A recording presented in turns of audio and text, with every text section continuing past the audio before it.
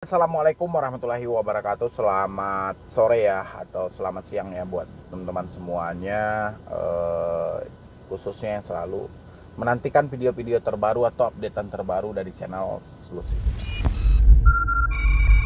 Terima kasih ya buat teman-teman semuanya yang selalu mensupport, mendukung tentang channel Selusih Utang. Saya ucapkan ribuan terima kasih buat teman-teman semuanya yang selalu ya tidak bosan-bosannya menantikan video-video terbaru atau updatean terbaru dari channel Solusi Hutang ya. Oke, ini mohon maaf banget, ini sudah 2 hari saya nggak update video ya. Jadi karena ada kesibukan lain, tapi di sini nih sudah banyak banget ya. Email ini ada dari DC Adapundi katanya kan. Adapundi ini masih gencar-gencarnya ya. Oke, kita bahas aja ya. Beberapa pinjol legal aja yang kita bahas di sini karena emailnya cukup banyak di sini. Tapi saya ingatkan juga buat teman-teman semuanya yang mau bergabung dalam grup WhatsApp biar nanti bisa berdiskusi lebih detail lagi dengan saya, silahkan ada tombol gabung di bawah nama channel saya, atau Anda langsung mengambil nomor pribadi saya juga boleh, biar kita bisa berkomunikasi lebih detail gitu ya. Kalau Anda baru-baru telat bayar, baru gagal bayar, alangkah baiknya bergabung ya. Dan Anda yang suka mode gratisan, ini di layar bisa Anda lebih perjelas aja videonya saat Anda nonton, pasti Anda nampak nomor ya. Yang belum naik pinjol, Bang, saya minta sarannya apabila DC Adapundi mengancam seperti ini, saya harus balas chatnya atau tidak? Mereka memaksa supaya saya bisa bayar tagihannya hari ini juga, sedangkan uang saya tidak ada. Mohon. Oke, ya. Satu hal yang perlu diingat dari teman-teman itu, tugas pokok dari debt collector adalah menagih utang. Ya. Jadi ya wajar dia melakukan chat terhadap Anda dengan adanya kata penagihan ya. Tapi kalau ada di luar dari itu kata-katanya, misalnya menekan, mengancam, itu baru ya. Tapi kalau soal dia meminta tagihan dengan polanya agak sedikit memaksa, itu sudah hal lumrah yang terjadi dari segi penagih hutang gitu loh ya. Karena mereka itu adalah ujung tombak dari sebuah perusahaan. Jadi mereka yang merangkak ke lapangan mengumpulkan uang-uang ini untuk keuntungan satu perusahaan ya. Dan mereka digaji mungkin sistem per bulan, sistem pertagihan, bermacam-macam persi gaji mereka ya. Oke, jadi ini pertanyaannya harus dibalas atau tidak. Saya penasaran. Saya munculkan aja di situ. Terus kami hubungi yang bersangkutan dengan sengaja mencantumkan nomor bapak atau ibu di aplikasi kami. Tolong ingatkan kembali agar segera bayarkan tagihan sekarang ini juga.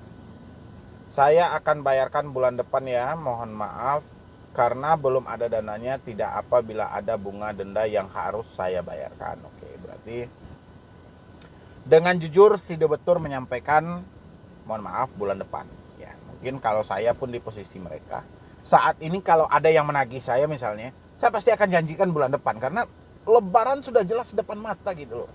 Gak mungkin duit ini mau saya hamburkan dulu gitu kan, sementara ini kebutuhan pokok saya juga banyak ya, wajar lah ya. Oke, nggak bisa bulan depan.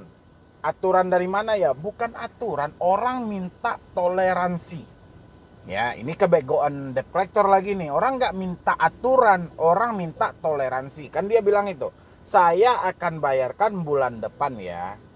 Mohon maaf karena belum ada dananya. Dana dia belum ada, jadi dia minta toleransi sampai bulan depan. Minta perpanjangan, minta restrukturisasi.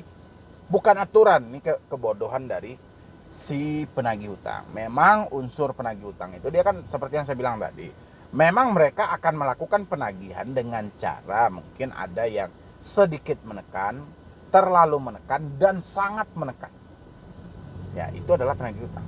Tapi poin mereka tetap berada ke tagihan, nggak akan mungkin berpindah dia. Tolong sampaikan kepada saudara masih belum juga dibayarkan tagihannya, jangan mempersulit keadaan akibat tagihan yang masih belum juga dibayarkan sampai hari ini. Lunasi sekarang juga, tidak ada pembayaran sekarang, kita pastikan akan dapat tindakan konsekuensi tegas akibat perbuatan yang tidak bayarkan tagihan. Kontak darurat yang terima SMS ini, tolong beliau untuk lunasi tagihan hari ini juga sebelum diproses lebih lanjut. Oke. Tindakan kata konsekuensi memang di saat kita gagal bayar, ketika kita membaca seperti ini ya. Sekarang juga tidak ada pembayaran. Sekarang kita pastikan akan dapat tindakan konsekuensi tegas akibat perbuatan yang tidak dibayarkan tagihan. Disinilah awal mula drama dari seorang debitur. Ya, dia nggak tahu maksud dari akibat dan konsekuensi ini, tapi dia memikirkan sesuatu yang cukup besar. Ya, contoh, padahal belum tentu nih akibatnya, konsekuensinya yang akan terjadi adalah jalur hukum. Tapi pemikiran kita memicu ke kita akan diproses ke jalur pidana, kita akan dipenjara. Itu yang pertama. Yang kedua, si DC langsung datang ke hadapan kita, mengambil barang-barang di rumah, teriak-teriak sama tetangga, memberi malu kita. Itu juga drama yang selalu dipikirkan betul. Ya. Ini harus Anda keluarkan dulu. Karena kata-kata seperti ini memang dia melakukan penekanan, ini langsung ini ke dalam gitu loh. Jadi secara tidak langsung, mau Anda pikirkan mau tidak, tapi dia langsung tersemat di pikiran. Ini adalah permainan marketing dari segi penagihan. Nggak perlu Anda takut, nggak perlu Anda khawatir dalam hal ini gitu loh. Ya, jadi kalau Anda melihat dengan kata-kata seperti ini, pastikan akan dapat tindakan tegas akibat perbuatan yang tidak membayarkan tagihan. Ya, tindakan tegas itu semuanya telah diatur dalam POJK. Ya, POJK 16 gitu. Sudah diatur dalam itu.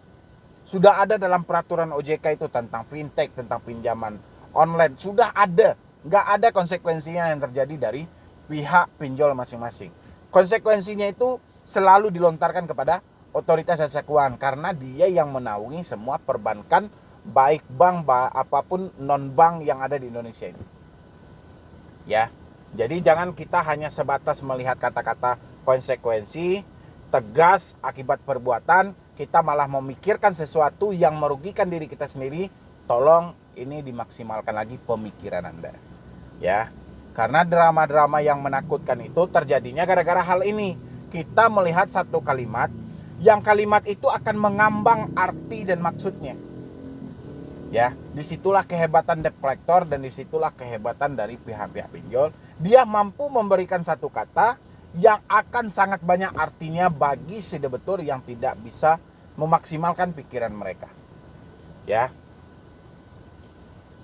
Mohon maaf sampai saat ini yang bersangkutan belum juga melunasi tagihannya di Adapundi. Jika yang bersangkutan tidak kooperatif dan tidak membayarkan tagihannya, maka nomor bapak atau ibu yang akan terus kami hubungi. Dengan sengaja mencantumkan nomor bapak atau ibu di aplikasi kami, tolong ingatkan kembali agar segera dibayarkan tagihan sekarang ini juga. Terima kasih. Kalau ada kontak darurat yang misalnya terpengaruh dalam hal ini, ingat secara tidak langsung. Ya, di sini kan dia bilang ini, tolong diingatkan kembali segera bayar tagihan sekarang ini juga. Pasti Anda kalau misalnya Anda memaksa juga orang-orang sekitar Anda untuk membayar hutang mereka hari itu juga sesuai dengan kalimat yang dilontarkan oleh DC, diakui atau tidak, percaya atau tidak, saat itu Anda telah menjadi debt collector yang ikut serta menagih hutang kepada saudara, kepada teman atau kepada siapa. Ya. Ini si DC bukan minta tolong, tapi menyuruh Anda sekarang ini juga. Ya, bagaimana kalau sekarang ini juga Anda membaca chat ini, Anda sedang di luar dengan keluarga yang bukan hutang Anda. Ini dia bukan minta tolong, tapi menyuruh Anda. Kalau sempat Anda mau, berarti Anda adalah bagian dari debt collector ini. Ya, hati-hati. Itulah kepintaran dari debt collector online. Dia bisa menjangkau orang ke daerah dengan menjadikan orang sekitar kita sebagai debt collector tambahan tanpa disadari. Seperti tadi. Kalau misalnya ada yang terpengaruh, ya tolong ingatkan segera kepada si A, si B, si C gitu loh. Bayar tagihannya.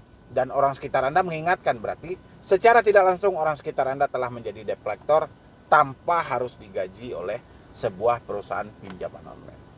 Ya, kalau pertanyaannya tadi, apakah chat ini harus dibalas bang? Saya harap nggak perlu Anda balas.